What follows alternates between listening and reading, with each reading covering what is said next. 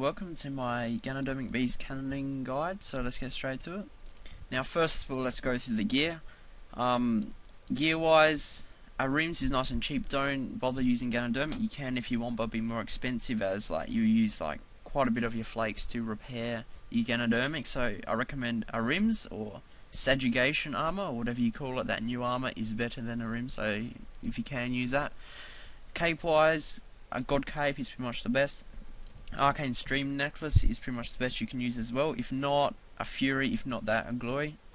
And you want to be using a Polypore Staff. I'll just check to make sure I've got enough charges. 790, I'll top that up before I go on the trip. And the shield you want, Arcane and Farseers are about the same. So you either want an Arcane Farseers. If you don't have an Arcane, you can afford a Farseers, just go with that. If not, you just want a Mage's Book. They're pretty cheap and you can afford it, hopefully, so cheap and affordable. And glove wise, you want spellcaster gloves. If you want, it doesn't really make much of a difference, but if not, just normal barriers gloves or whatever Coloromancer gloves are fine. And I'm just using infinity boots. Rage fires are the best, and yeah, so if you want range fires, if not, go for infinity boots. And ring wise, if you got imbued rings, such as an imbued Sears ring, you can use that. If not, just a standard Sears ring or anything else, ring doesn't really matter. Also, if you're on a Slayer task, remember to bring a Slayer helmet. Alright, for your inventory, I'm just geared up for about one trip here, like an hour trip. But with cannonballs, bring about 3k for about an hour's worth, because you'll go through around about that much. I'm bringing 2 overloads. Overloads aren't needed though, I'm just using this because I can. So if you want, just bring extreme ranging, or if you don't have that, mage pot. If not, don't even worry about it. Usually when I was doing my Slayer task, I didn't even bring a pot because I just couldn't be bothered. And I think this is about the ratio of I normally bring prayer pots, but I'm just going to bring restores. They use up less space and you make back a lot of the money, so it doesn't really matter about the cost. You don't really need many prayer pots or restores unless you're going to be camping like Augury or Mystic Might. I usually just put Prey Mage on and just attack them. As you can see, I've equipped it a Spirit Cape, so if you have a Spirit Cape, feel free to use it. It's good. It heals, makes you heal with the Unicorn a lot more, and I can't be bothered switching capes, so I need to heal, so I'm just going to camp this all the time. And you want, I'll just dismiss my familiar now, whatever it is. Yep, Hack, see you later. You want to have a Unicorn summoned. You can bring one unicorn if you want and just do a 1 unicorn trip, but I'm just bringing a couple in case. You want unicorn scrolls, of course. You want your cannon. If you got an enhanced Excalibur or just a normal Excalibur, feel free to bring that, so when you overload and use up life points, you can heal most of it back with that. Alright, as you can see, I just went to the Xanaros Fairy Ring from Grand Exchange. And also, if you want, you can bring a couple pieces of food for your first time. Yes, it's recommended if you want, in case you get hit down low. Anyway, so when you're at the Fairy Ring, you pretty much want to teleport to BIP if it's your first time, and you always have to do that, but if it's your first time, it won't be in the travel log. So go BIP and you'll get teleported outside the dungeon. Right, there you go. Actually, I'm going to see the trader. I think he might sell you some of those. Oh no, it's not a tinderbox. I'm going to find out what it is. Alright, trade merchant.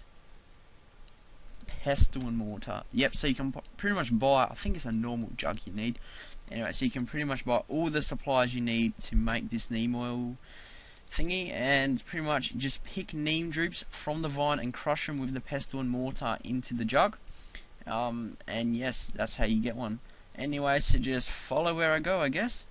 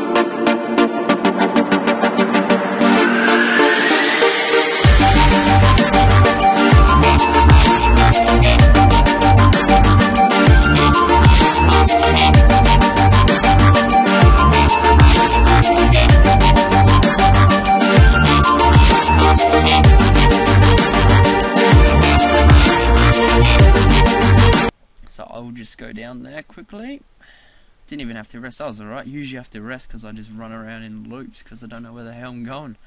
And you want to head to pretty much the southeast corner, and you will see a little tree and a little spot here, right? So you pretty much just want to walk in there, then walk out a bit. No, don't. Oh my god, no. I had to do that. Now it's going to sprinkle it. Yep, perfect. Walk out one, so you're about here, and put down a cannon like this. And I better pray mage. That's right, pray mage. Go down there, load the cannon, and once it's load, you just pretty much attack them. What you want to do, when you first here, you want to gather up a few, and every now and then, when you've only got a couple around your cannon, you want to do this. Well, if you got like 100 life points, don't do this. Just there, wait for your unicorn to heal up, then go around and hit them all, because you can take a bit of damage. See, look at this, I'm getting hit a little bit. There you go, just got combo down quite a bit. Then once you do that, pretty much fire your cannon again. And these runts are the only things that can get past your cannon. See, it's just got past. So just attack the runts off. Like, if you can see that a runt's about to get through, you might as well just kill it off. And I'll use my unicorn a bit. I'll overload and hopefully not die. Better not be a runt on me. No, that's good.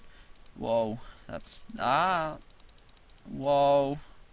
Jeez, I thought that was a runt on me. I was about to scream, because that's pretty bad.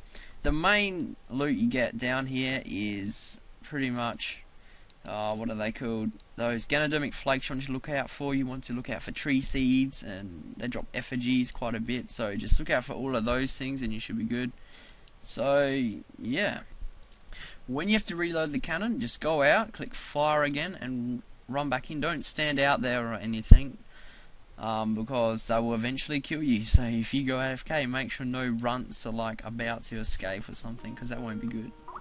Right, just got a kill. Okay, just keep on killing these till you're out, or like, of course you can bring like even 3 unicorns and a few more restores in camp here for like 3 hours straight, and make about hopefully 6 mil plus in that trip. So yeah, alright, I hope you enjoyed this guide. You make around 2 mil plus an hour, but some hours you might only get 1 mil if you get really crappy drops, but another hour you might get like 4 mil, you know what I mean? It's just varied, but it averages out to be 2 to 2.5 mil an hour on average. So I hope you enjoy it, but the one requirement, you should know this if you're searching up Ganodermics, is 95 Slayer. So once you have 95 Slayer, which is a really high requirement, so I don't understand everyone to be able to do this. So if you have 95 Slayer, you can come here obviously and kill these things, and it's a really good way to make money. It's pretty laid back. It's just you use mage, you rarely take much damage, like you don't need to bring food, well, unless you want to, unless you get comboed out. But anyway, so if this guide helped and led you to the track you wanted to be with getting here, please subscribe and leave a thumbs up. It's all appreciated.